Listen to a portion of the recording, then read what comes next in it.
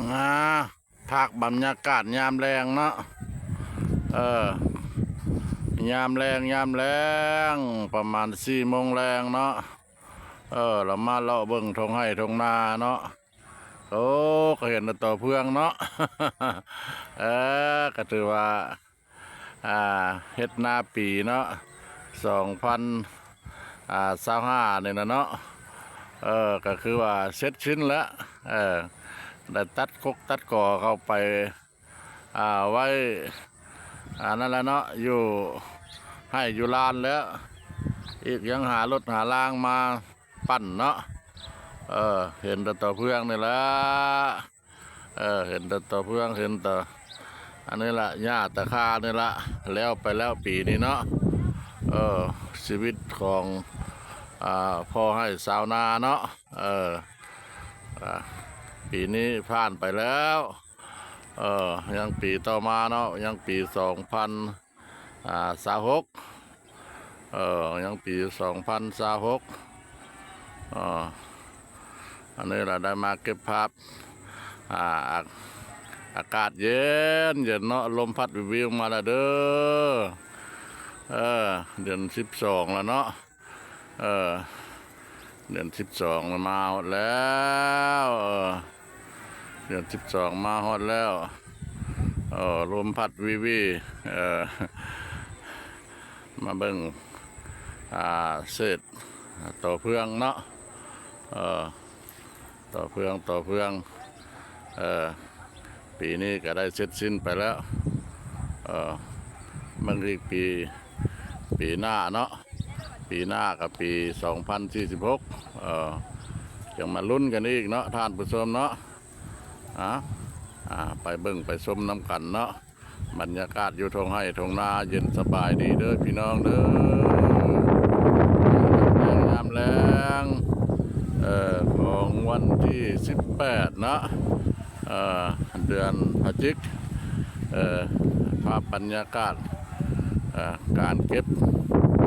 เกี่ยวเนาะเข้านาปีนี่ก็สำเร็จเสร็จสิ้นแล้วยังเหลือแต่ต่อเพื่องเต็มทงไห้ทงนาอยู่ไปหาเบื้องลายบ้านน้ำกันเนาะ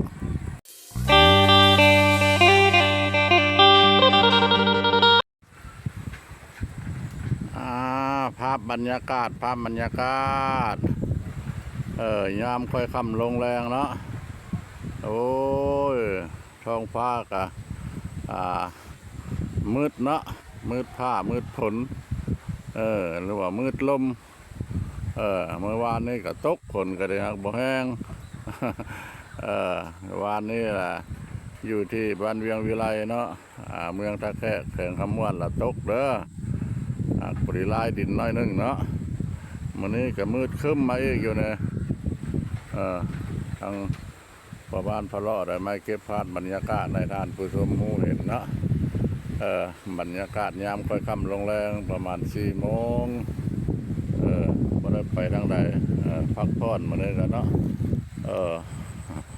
พักผ่อนย้อนอารมณ์ไปทางใดก็ไปยากมายากท่านผู้ชมเลยถนนหนทางกะโอ้ย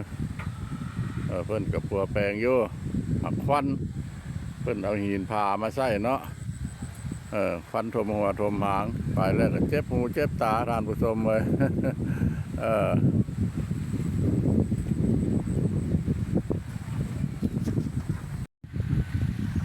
ดอกบัวอันนี้ล่ะมาเก็บภาพบรรยากาศอีกบนหนึ่งเนาะของวิถีของชนบทเนาะมีครอบครัวหนึ่งเพิ่นละถือเอาอาชีพนี้ตะกี้เพิ่นก็เฮ็ดให้เฮ็ดนาเนาะเฮ็ดให้เฮ็ดนาวันแล้วเพิ่นก็มาเปลี่ยนอาชีพแล้วเพิ่นละเฮ็ดหนองเนาะเฮ็ดหนองเฮ็ดบึงเอารถมาดุดมาเบิกเอารถมาบึกมาเบิกแล้วก็เพิ่นละปลูกบัวใส่โอ้โหพอ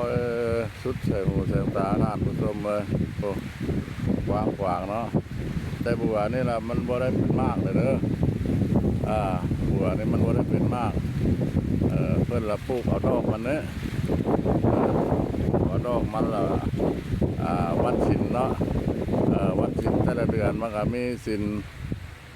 ศีลเพ่งศีล7ศีล8ศีลเพ่งแล้วก็ศีลลับเนาะศีล14ค่ำนะ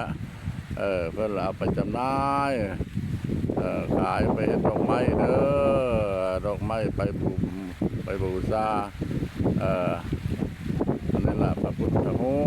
ปตามวัดตามว่าตามแหล่งท่องเที่ยวมันมีรูปพระพุทธรูปหลายบ่อนหลายที่แต่เพิ่นก็ได้เอา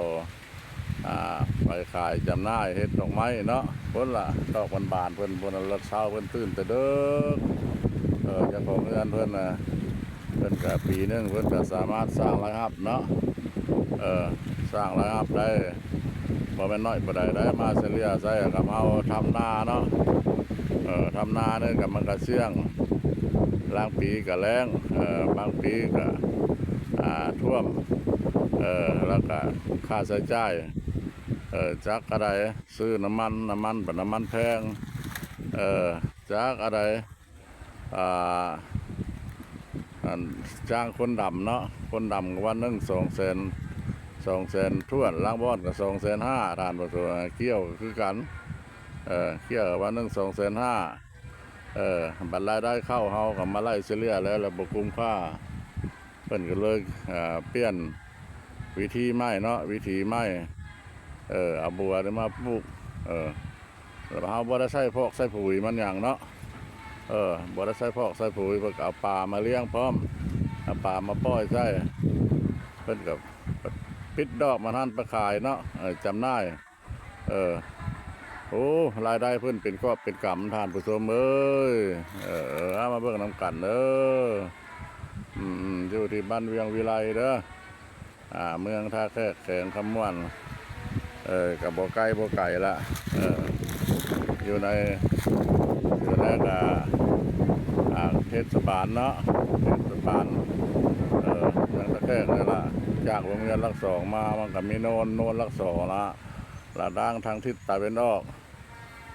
ด้านทางตะวันออกแล้วมันมีทุ่งไร่ทุ่งนาเด้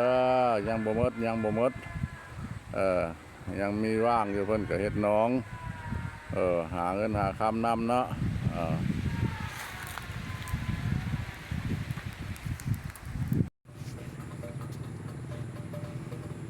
ครับบรรยากาศบรรยากาศอยู่ทุ่งไร่ทุ่งนาอยู่บึงอยู่หนองเนาะอยู่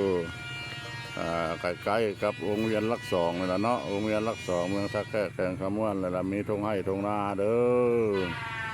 อมีงัวมีควายของพ่อแม่ประชาชนเพิ่นเนาะเพิ่นได้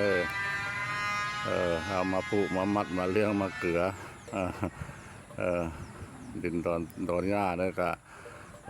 ยังมีทุ่งไร่ทุ่งนายังมีบอนว่างอยู่เนาะบ่ทันได้เต็มอีกพออีก10 ปีเนี่ยก็อาจจะเต็มเนาะลูกหลานยายการอาบานขึ้นมาก็ซื้อดินซื้อดอนมาปลูกให้มาปลูกเฮือนปลูกซาน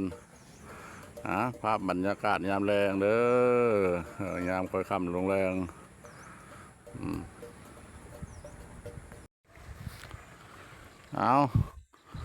การเก็บภาพบรรยากาศยามค่อยค่ำลงแรงเนาะป่าทางเม็ดทางมวลก็สิประมาณนั้นล่ะมาอันนี้เก็บภาพบรรยากาศยามเย็นเนาะยามแรงลมพัดเย็นเลยก็ทางเม็ดทางมวลก็สิพอประมาณนั้นแหละจากนี้ไปก็ขออนุญาตนำทานผู้ชมเนาะภายในหรือต่างประเทศเนาะขออนุญาตโจกิปนี้ไว้เพียงสำนี้เนาะโอกันนะสิพาท่านผู้ชมไปเบิ่งไปฮู้อีกหลายบ่อนเนาะคำว่าสบายดีสวัสดี